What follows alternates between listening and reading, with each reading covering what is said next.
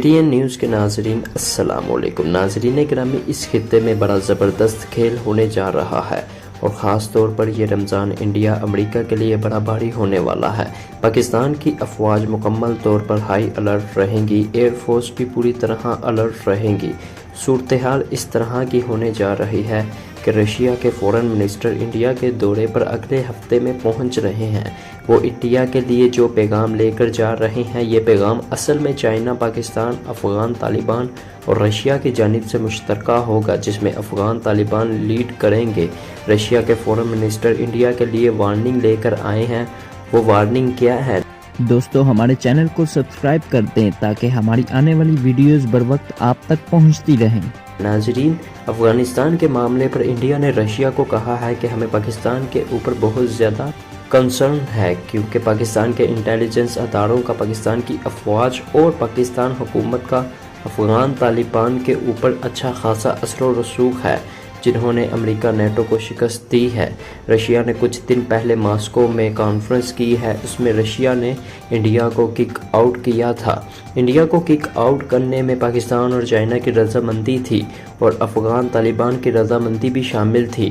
ان سب نے فیصلہ کیا تھا کہ ہم نے انڈیا کو وہاں پر نہیں بیٹھنے دینا۔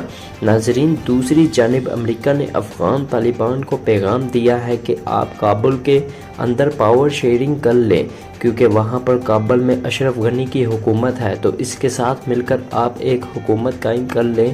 تو اس آئیڈیا کو سب سے پہلے اشرف غنی نے ریجیکٹ کیا ہے، کیونکہ جیسے ہی وہاں پر پاور شیئرنگ ہوتی ہے تو سب سے پہلے اشرف غنی کو اپنی پریزیڈنٹ کی کرسی چھوڑنی پڑے گی۔ جو بھی نگران حکومت آئے گی اس میں افغان طالبان شامل ہوں گے۔ اگر وہاں پر اشرف غنی کی حکومت ایک بار چلی جاتی ہے تو پھر اشرف غنی کا پولیٹیکل کیریئر اینڈ ہو جائے گا۔ مودی جتنی مرضی سپورٹ کرتا رہے، دوبارہ وہاں پر اشرف غنی کی حکومت کبھی نہیں آ سکتی۔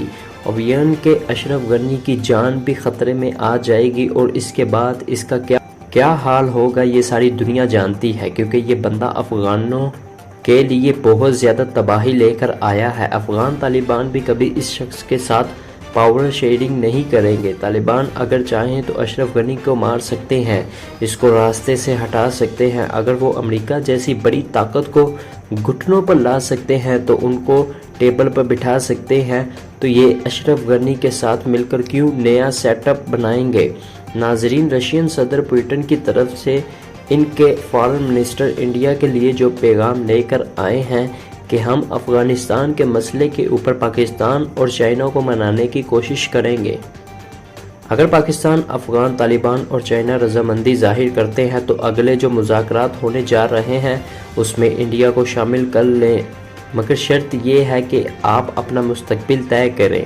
اگر آپ داعش کو بیک سپورٹ کریں گے، آپ وہاں پر افغان طالبان کے لیے مسائل پیدا کریں گے، تو افغان طالبان ڈائریکٹلی انڈیا کو ٹارگٹ کریں گے، کیونکہ آپ ان کی سرزمین پر بیٹھ کر انہی کے لوگوں کے خلاف کام کر رہے ہیں۔ امریکہ اور اسرائیل نے مل کر داعش کریٹ کی ہے، آپ ان کے ساتھ مل کر پوری طرح افغان طالبان کے خلاف لڑ رہے ہیں، اور اگر امریکہ یہاں سے نہیں نکلتا تو امریکہ کو بھی طالبان ماریں گے، داعش کو بھی طالبان ماریں گے، اور آپ ان کو سپورٹ کر رہے ہیں وہ آپ کو بھی ماریں گے۔ ان سب کو مارنا طالبان کے لیے کوئی پرابلم نہیں ہے، اور اب تو ویسے بھی اوپنلی ترکی، ایران، پاکستان، چائنا اور رشیا ان کے ساتھ ہے۔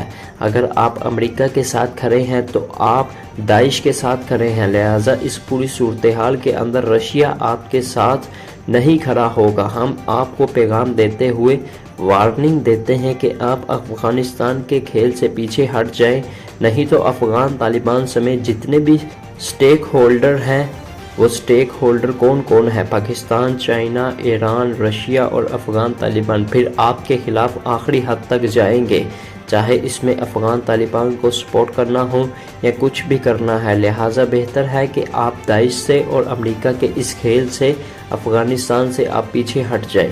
اگر آپ پیچھے نہیں ہٹیں گے تو پھر لڑائی بڑھتی آپ کے ملک تک بھی آ سکتی ہے، کیونکہ آپ کسی کے ملک کے اندر گھسے ہوں گے تو ان کے پاس پورا حق ہے کہ وہ آپ کے ملک میں بھی گھس آئیں گے۔